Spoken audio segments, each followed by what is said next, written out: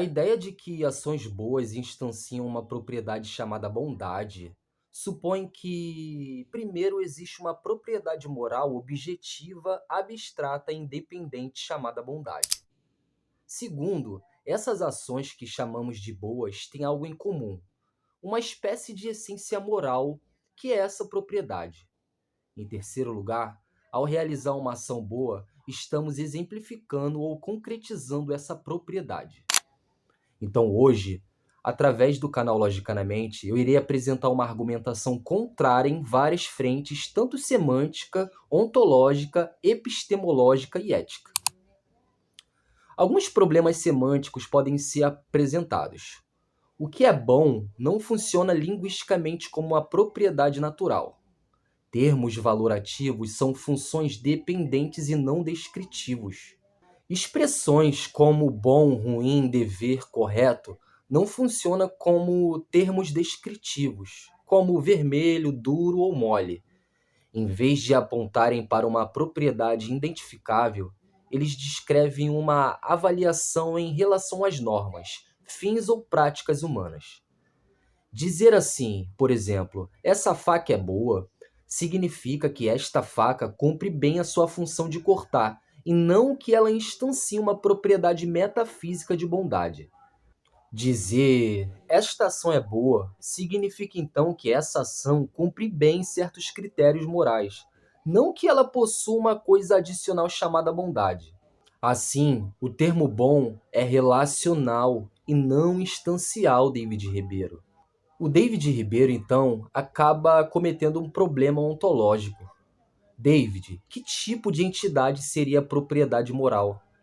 Propriedades morais não parecem naturais nem explicáveis casualmente. Se bondade, David, fosse uma propriedade como massa ou temperatura, deveria ser totalmente detectável, ter efeitos causais. Pode ser medida ou então observada. Nenhuma dessas condições se aplica. Bondade não causa nada fisicamente, não é medida por instrumentos e nem é detectável pelos sentidos. A única alternativa seria dizer que bondade é uma propriedade não natural, mas isso vai gerar outros problemas que provavelmente o David não conhece. Já se perguntou como aprendemos? Que tipo de entidade é não natural, mas mesmo assim existente? Como ela interage então, David, com o mundo físico para influenciar decisões e juízos? O realismo apresentado por David Ribeiro sobre propriedades morais costuma então ficar metafisicamente pesada e pouco explicável. Outro erro recorrente de David Ribeiro é desconhecer os problemas epistemológicos. David, como nós saberíamos então que a propriedade da bondade está presente? Conhecimento moral não se parece com detecção de propriedades.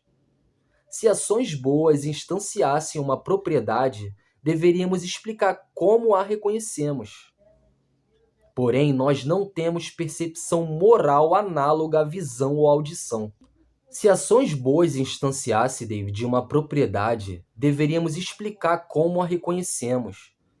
Não temos percepção moral análoga à visão ou audição. O que chamamos de intuições morais varia culturalmente, historicamente e individualmente.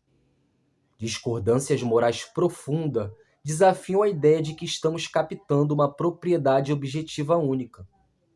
Então, isso vai sugerir que o próprio julgamento moral é mais plausivelmente explicado como interpretação, construção normativa, prática social, e não como percepção de uma entidade real.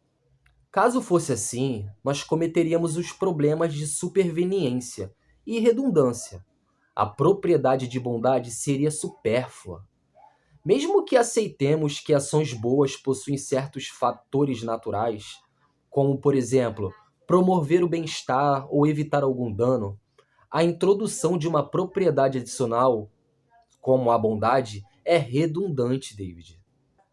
Tudo que justificaria chamar uma ação de boa já está nos fatores naturais subjacentes. A propriedade da bondade não acrescenta poder explicativo. Esse é um tipo de argumento parecido com o de Ockham. Preste atenção. Se A é considerado bom porque promove bem-estar, justiça ou cooperação, não precisamos postular uma propriedade metafísica extra chamada bondade. Basta referir-nos aos fatos naturais que justificam a classificação moral.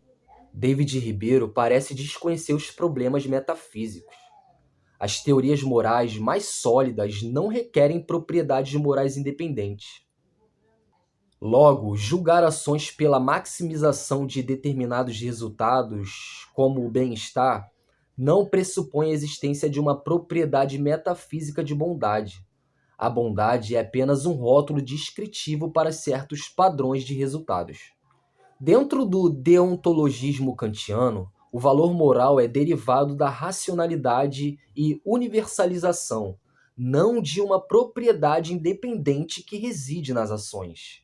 Dentro do contratualismo, a bondade de uma ação decorre do que agentes racionais aceitariam mutualmente, não da instância de uma propriedade ontológica. Essas teorias explicam, por exemplo, a moralidade sem hipóteses metafísicas fortes. Se ações boas instanciassem uma propriedade objetiva e universal, esperaríamos convergência, como ocorre com propriedades naturais. Porém, ninguém discorda que a água ferve a certa temperatura. A divergência sistemática vai sugerir que bondade é um construto social, dependente de normas, interpretativa. E não, David, e jamais uma propriedade instanciada. Você recaiu sobre um argumento lógico do erro categorial. Postular, David, bondade como uma propriedade das ações, você acaba cometendo um erro categorial. Propriedades como cor, forma, massa são categorias ontológicas bem definidas. Bondade é uma avaliação, não pertence à mesma categoria que propriedades naturalistas. É como perguntar qual é a extensão em metros da coragem. A pergunta pressupõe uma categoria errada. Da mesma forma, David, bondade não é algo que ações possuem, é algo que atribuímos e elas conformem critérios avaliativos. Adentrando sobre o argumento funcional, a moralidade é melhor explicada por funções sociais e não por propriedades metafísicas.